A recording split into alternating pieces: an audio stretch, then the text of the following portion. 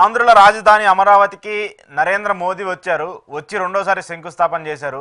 మీరు కూడా ఫాలో అయ్యి ఉంటారు ఆయన ఏం మాట్లాడారు ఏంటనేది కూడా. స్పెషల్గా ఎక్కడా కూడా ఆయన రాజధానికి సంబంధించి ఈరోజు ఏదో ఒకటి ప్రకటిస్తారు, మళ్ళీ ఇంకొక కొంత ప్యాకేజీనో లేదంటే వేరే బ్యాంకుల నుంచో కొంత రుణాలనో ఏదో ఇప్పించే ప్రయత్నం జరుగుతుంది. ఆంధ్రప్రదేశ్ ఎస్టిమేషన్ ఇప్పటికే 1,00,000 కోట్లు దాటిపోయింది కాబట్టి దానికి ఏదైనా సహకారం అందిస్తారని చెప్పేసి ఆలోచిస్తూ వచ్చారు. కానీ మోదీ కేవలం మాటలకి సంబంధించి ఆయన నేను మద్దతుగా ఉంటాను, దీన్ని మనందరం కలిసి పూర్తి చేద్దామంటూ మాట్లాడుతూ వచ్చారు. కానీ ఎక్కడా కూడా ఆర్థికంగా ప్రభుత్వానికి సంబంధించి ఎక్కడా కూడా ఒక అండగా అయితే నిలబడే పరిస్థితి అయితే ఆయన ఏం మాట్లాడలేదు. ఏం చెప్తారు? ఖచ్చితంగా అశోక్ గారు, ఈరోజు బేసిక్గా ప్రధానమంత్రి గారి సభ చూసిన తర్వాత 2 విషయాలు చెప్పాలనుకున్నా. ఒకటి నిరాశపరిచింది, 2 మాట తప్పారనే మాట కూడా చెప్పాల్సి వస్తుంది. రీజన్ ఏంటంటే రీస్టార్ట్ అన్నారు.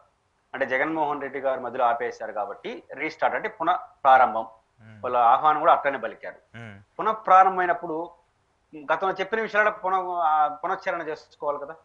పునశ్చరణ కూడా చేసుకోవాలి పునః ప్రారంభంతో పాటు. పునశ్చరణ ఏ విషయంలో చేసుకోవాలి? 2014లో శంకుస్థాపన చేసేటప్పుడు ప్రధానమంత్రి గారి హోదాలో నరేంద్ర మోడీ గారు ఒక మాట చెప్పారు, విభజన చట్టాన్ని అక్షరం పొల్లుపోకుండా అమలు చేస్తాము. ఇది ఆ రోజు వారు చెప్పిన మాట. విభజన చట్టాన్ని అక్షరం పొల్లుపోకుండా అమలు చేస్తారంటే రాజధాని వరకే కన్ఫర్మ్ అవుతుంది. మొత్తం విభజన చట్టం ఆంధ్రప్రదేశ్ అన్ని మాట్లాడితే గజిబిజి అయిపోతుంది. ఆ గజిబిజి చేసే ప్రయత్నం ఈ రోజు కూడా వాళ్ళు చేసినారు. కాబట్టి గజిబిజి కాకుండా ఉండాలంటే రాజధానికి సంబంధించినంత వరకు విభజన చట్టం ఏమి చెప్పబడింది?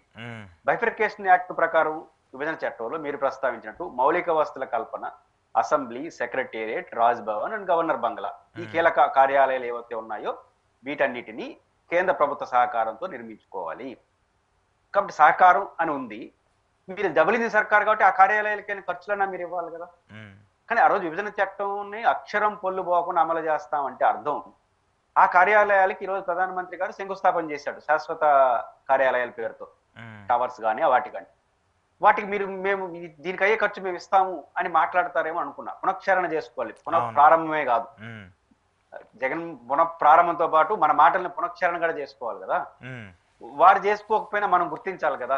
ముఖ్యమంత్రి గారు, ఉప ముఖ్యమంత్రి గారు అంటే విమర్శించమని నేను చెప్పను సార్. ఆ రోజు మీరు శంకుస్థాపన చేస్తే ఈ మాట అన్నారు, ఇప్పుడు మీ చేతుల మీదుగా ఈ కార్యాలయాలు శంకుస్థాపన జరుగుతుంది, మీరు కొంత మాక్సిమం సహాయం చేయండి అని ఒక మాట అన్నా అడుగుతారేమో అనుకున్నా. వీళ్ళు అడగలేదు, ఆయన అడిగితేనే చేయరు, ఇంకా అడగకపోతే ఏం చేస్తారు? కాబట్టి ఆ రకంగా వారు మాట నిలబెట్టుకునే ప్రయత్నం చేయలేదు. రెండో ప్రయత్నం నిరాశపరిచింది ఎక్కడంటే ఫైనాన్స్ సపోర్ట్ లేకుండా ఎట్ట రాజధాని పూర్తవుతుందని. ఇది మౌలికమైన ప్రశ్న. మీకైనా నాకైనా కనపడేది ఏంటంటే ఏదైనా ఒక ప్రాజెక్ట్ కానీ ఒక వ్యవస్థ కానీ డబ్బులతో ముడిపడి ఉంది, మాటలతో కాదు. నైతికంగా కొన్ని సపోర్ట్ మాటలు మాట్లాడారు, సపోర్ట్ గా కొన్ని వ్యాఖ్యలు చేశారు. ఈరోజు భారతదేశం ఎదుర్కొంటున్న సమస్యలు, ఆంధ్రప్రదేశ్ కేంద్ర ప్రభుత్వం ఎన్నుదనుగా వెల్ అండ్ గుడ్, చేయండి, తప్పేం లేదు. కానీ ఇవన్నీ జరగాలంటే ఫస్ట్ అమరావతిలో డబ్బులు కావాలి.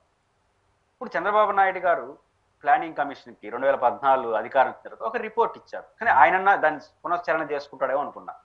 దాంట్లో ఏముందంటే హైదరాబాద్ కోల్పోయినాము విభజన కారణంగా రాష్ట్రం ఆంధ్రప్రదేశ్, హైదరాబాద్ అలాంటిది మేము కూడా చేసుకోవాలి కొత్త రాజధాని పేరుతో ఆంధ్రప్రదేశ్ లో.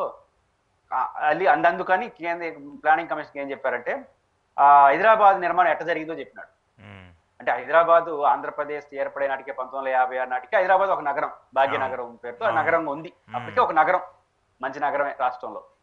అలాంటి నగరం ఆల్రెడీ ఉన్న నగరానిపైనే ఈ 60 ఏళ్ల కాలంలో, కలిసి ఉన్న 60 ఏళ్ల కాలంలో 56 నుంచి 2014 వరకు రాష్ట్ర ప్రభుత్వం 4 లక్షల కోట్ల రూపాయల విలువైన పెట్టుబడులు పెట్టిందట.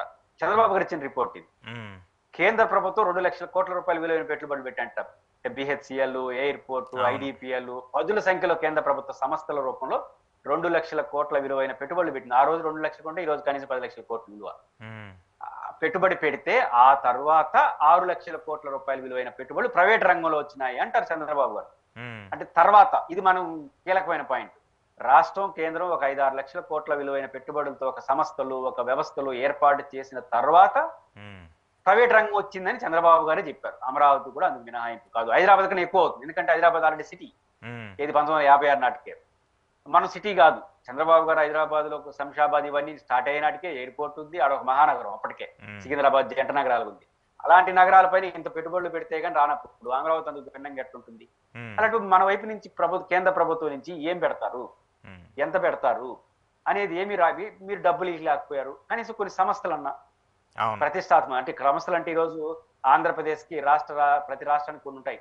బ్యాంకు కార్యాలయం, ఆర్బీఐ కార్యాలయం ఇవన్నీ సెంటర్లు ఉంటాయి. వాటి కాదు, అవి ఎట్లా వస్తాయి? ఉమ్, వాటన్నిటిని అక్కడ పెడితే 5-6 వేల కోట్లతో మేము కట్టేస్తా ఉన్నారు, గుడ్ కట్టండి. కానీ అసలు విషయం ఏంటంటే నగరం అభివృద్ధికి ఇది పనికి రాదు. ఉమ్, మీరు హైదరాబాద్ లో మీరు ఉంటారు కాబట్టి, హైదరాబాద్ లో బిహెచ్సిఎల్ వచ్చేంత వరకు అది ఒక పట్టణం, నాకు తెలిసి గ్రామం. బిహెచ్సిఎల్ అనే సమస్య వచ్చేంత అవును. వరకు ఆ ఏరియా మొత్తం. బిహెచ్సిఎల్ వచ్చిన తర్వాత కదా నగరంగా మారింది అది చుట్టుపక్కల. ఉమ్, కానీ ఇక్కడ కూడా బిహెచ్సిఎల్ లాంటిదో ఒక వ్యవస్థలు ఆడ ఏర్పడి దాని చుట్టూ నగరం వస్తుంది. ఉమ్, విశాఖపట్నం ఎట్లా అభివృద్ధి చెందింది? విశాఖ స్టీల్ ప్లాంట్, తర్వాత షిప్ యార్డ్, అక్కడ నావీ సెంటర్స్ ఇవన్నీ రావడం. ఇవన్నీ వచ్చిన తర్వాత విశాఖ నగరంగా మారింది. మా తిరుపతి యూనివర్సిటీలు, తిరుపతి దేవస్థానం అనే ఒక వ్యవస్థ, ఈ రెండు ఉన్నాయి కాబట్టి తిరుపతి పట్టణం. అంతకుముందు గ్రామమే తిరుపతి. కాబట్టి ఇవన్నీ అనుభవాలు అట్టేస్తాయి. కానీ మీరు అవన్నీ దృష్టిలో పెట్టుకున్న కేంద్రం ఇతోధికంగా సాయం చేయకపోతే రాష్ట్ర ప్రభుత్వం చేసుకునే పరిస్థితులు లేదు.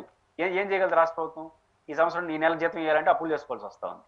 కాబట్టి రాజధాని విషయంలో మాటల సాయం కాకుండా చేతల సాయం చేసి ఉండాల్సింది. రెండోది, ఈ మొత్తం ఎపిసోడ్ లో సరే ప్రధానమంత్రి గారికి సంఘీభావం చెప్పడం, దేశం, ఇవన్నీ యాక్సెప్టబుల్, మంచిదే. ద సమ్ టైమ్ మధ్యలో జగన్మోహన్ రెడ్డి గారు ఆపేసినాడు పేరు చెప్పలేదు కానీ, సంతోషంగా జగన్మోహన్ రెడ్డి గారి పేరు అయితే చెప్పలేదు కానీ గత ప్రభుత్వం ఆపేసింది చెప్పుకోవడానికి ఇచ్చిన ప్రయత్నంలో ఒక 10% అయినా మోడీ గారు మాకు ఇది చేయండి, ఈ 4 టవర్లకు శంకుస్థాపన చేస్తున్నారు, విభజన చట్టం ప్రకారం ఇదే ఉంది, మీరు ఆ రోజు చెప్పినారు, దయవుంచి దీంట్లో కొంత సహాయం చేయండి, ఇట్లాంటి అప్పీలింగ్ కూడా లేదు. పైపించి ఆల్రెడీ మీరు చేసేస్తున్నారని చెప్పేసి సర్టిఫికేట్ ఇచ్చి పెడైనారు. అంటే ఆయన చెప్పక ముందుగానే, ఆయన ఉపన్యాసం ప్రారంభం ముందు మీరు మొత్తం ఆల్రెడీ చేసేసినారు, మీతో పరిగెత్తనాం అని చెప్పేసినారు. ఇది కాకుండా ఉంటే బాగుంది. కాబట్టి రాజధాని విషయం చేయకపోతే ఏమవుతుంది? మనకున్న శక్తి సామర్థ్యాలను దాని మీద పెడతాం, పని కాదు. రెండు మొత్తం దాని మీద పెడితే రాష్ట్రం అంతా సమగ్ర అభివృద్ధికి నష్టం వస్తుంది. ఆ రకంగా ఈ ప్రధానమంత్రి గారి సభను నేనైతే చూస్తాను.